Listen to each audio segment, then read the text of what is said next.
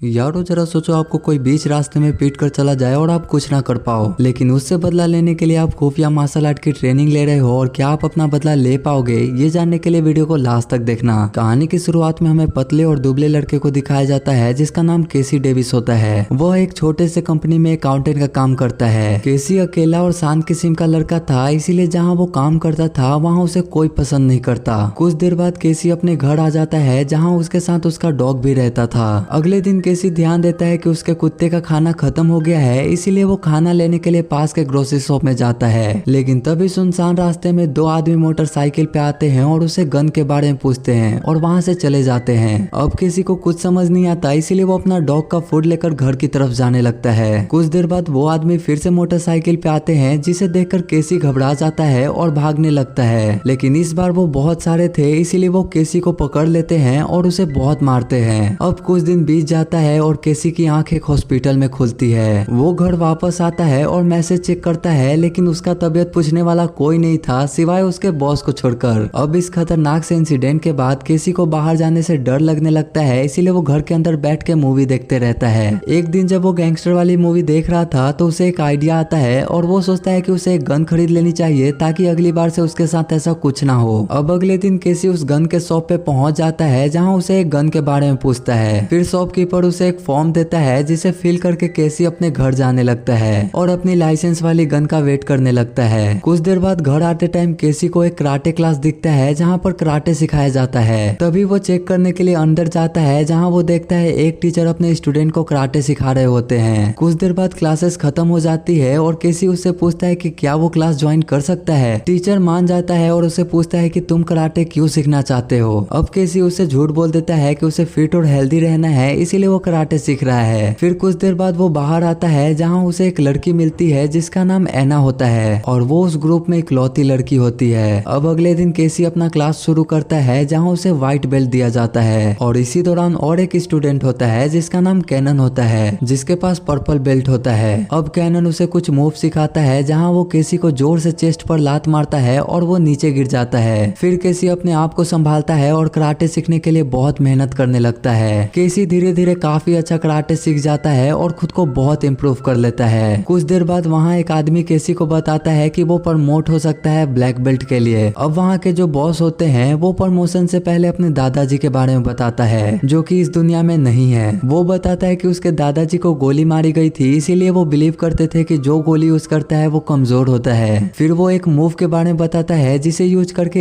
एक इंसान को एक उंगली से भी मारा जा सकता था और वो मूव सिर्फ उसके ग्रैंड मास्टर यानी उसके दादाजी ही जानते थे। अब केसी का प्रमोशन होता है और उसे येलो बेल्ट मिल जाता है। अब अगले दिन केसी और भी ज्यादा प्रैक्टिस करने लगता है। एक दोपहर वो शॉपिंग करता है तो वापस आते टाइम एक इंसान से उसकी बहस हो जाती है। तभी वो इंसान केसी को जोर से धक्का देता है जिससे उसका शॉपिंग बैग नीचे गिर जाता है। फिर केसी गाड़ी चला के घर आता है और बहुत रोता है। इसके बाद से केसी और भी ज्यादा मेहनत और प्रैक्टिस करने लगता है और सोचता है कि वो येलो बेल्ट के लायक नहीं है। कुछ देर बाद बॉस ये नोटिस कर लेता है और उसे अपनी ऑफिस में बुलाता है। फिर केसी से वो पूछता है कि उसे क्या हुआ, जिस पर केसी कल की घटना के बारे में बताता है और बोलता है कि मुझे डर लगता है मुझसे ज्यादा बड़े इंसानों से और ज्यादा शक्तिशाली इंसान से और उसे डर लगता है सामना करने में, इसलिए उसने कराटे ज्वाइन किया ताकि कराटे सीखने के बाद वो भी उन जैसा बन पाए। बॉस उसे बताता है कि उसने बिल्कुल सही किया कराटे क्लास ज्वाइन करके, लेकिन उसे अपनी सोच को बदलना होगा। वो उसे एडवाइस देता है कि वो एडल्ट कॉम्पिटिटिव गाना सुने। बॉस उसे ये भी बताता है कि उसे फ्रेंच ना सीख के जर्मन सीखनी चाहिए क्योंकि वो जर्मन बहुत अच्छे से बोलता है। बेसिकली बॉस उसे ये बताना चाहता था कि वो कैसे खाता है, वो कैसे लोगों से बात करता है और वो कैसे बैठता है, ये सब मैटर करता है। फिर बॉस उसके इम्प्रूवमेंट के लिए नाइट क्लास के लिए इनवाइट करता है। केसी उसकी बात मानता है और खुद पे बहुत सारी चेंजेस करता है। एक दिन केसी को अपने कंपनी से मैसेज आता है और मैनेजर उसे काम के लिए वापस बुलाता है क्योंकि 2 महीने बीत चुके थे। अब जब केसी 2 महीने बाद उस कंपनी में जाता है तो उसका स्वभाव और बात करने का तरीका बिल्कुल बदल चुका होता है और वो सबसे एरोगेंटली बात करता है। जब ऑफिस का हेड उसे एक डिनर के लिए इनवाइट करता है तो केसी उसके मुंह पर मुक्का मार देता है और उसका नाक तोड़ देता है और कहता है कि एक बॉस अपने एम्प्लॉय का कभी दोस्त नहीं बन सकता।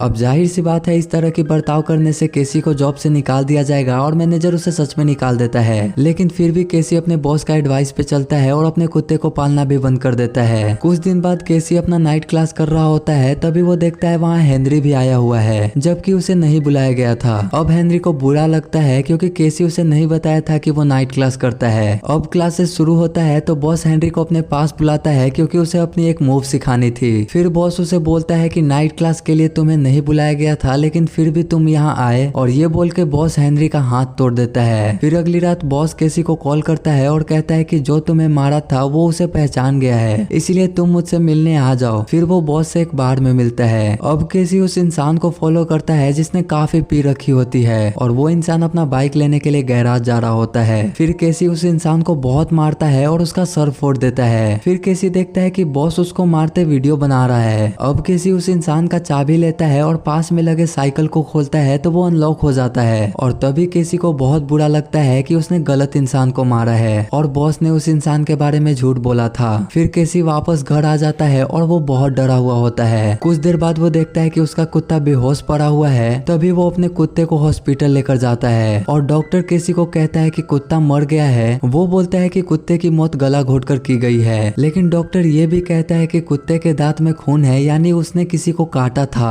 अब केसी सोच में पड़ जाता है कि उसके कुत्ते को किसने मारा होगा, लेकिन केसी समझ जाता है और उसी कराटे क्लास में जाता है जहां वो सब रूल्स तोड़ देता है और वहां जाकर खाना खाता है, शराब पीता है और वहां पेशाब भी कर देता है। जब बॉस आता है तो केसी उसे कहता है कि तुमने मेरे कुत्ते को मारा है। बॉस उसे मना कर देता है, लेकिन केसी को पूरा यकीन था कि उसने ही उसके कुत्ते को मारा है, और जाने के टाइम केसी उसे धमकी देकर जाने लगता है। लेकिन बॉस उसे ब्लैकमेल करता है और कहता है कि उसने जो फुटेज रिकॉर्ड की थी वो सबको दिखा देगा, और उसे वहां पर रहने के लिए मजबूर करता है। अगली रात केसी दोबारा नाइट क्लास करने के लिए जाता है जहां बॉस उसे मोटरसाइकिल राइड के लिए पूछता है। केसी एना के साथ मोटरसाइकिल पे बैठता है और वहां से चला जाता है। कुछ देर बाद एना बाइक को एक आदमी के पास रोकती है, ठीक जैसे केसी को पहले रोका गया था, लेकिन उन लोग को ये पता नहीं था कि ये आदमी एक अंडरकवर पुलिस ऑफिसर है और वो एना को गोली मार देता है। अब इससे ज्यादा बुरा ना हो जाए इसलिए केसी उस पुलिस के पास जाता है और उसे मारने लगता है। अब केसी को इतना गुस्सा आ गया था कि वो उसे जान से मार देता है। बॉस केसी से कहता है कि मुबारक हो, तुमने रेड स्ट्रिप कमाया है। रेड स्ट्रिप उसे ही मिलता है जिसने किसी को जान से मारा हो। अब केसी एना को घर ले जा रहा होता है, लेकिन तभी एना उसे कहती है कि उसे सीरियसली पहले कोई नहीं लेता था, बस इसीलिए कि वो एक लड़की है। और जब वो ड्रेसिंग रूम में रहती थी तो एक चैंपियन उसे मारता था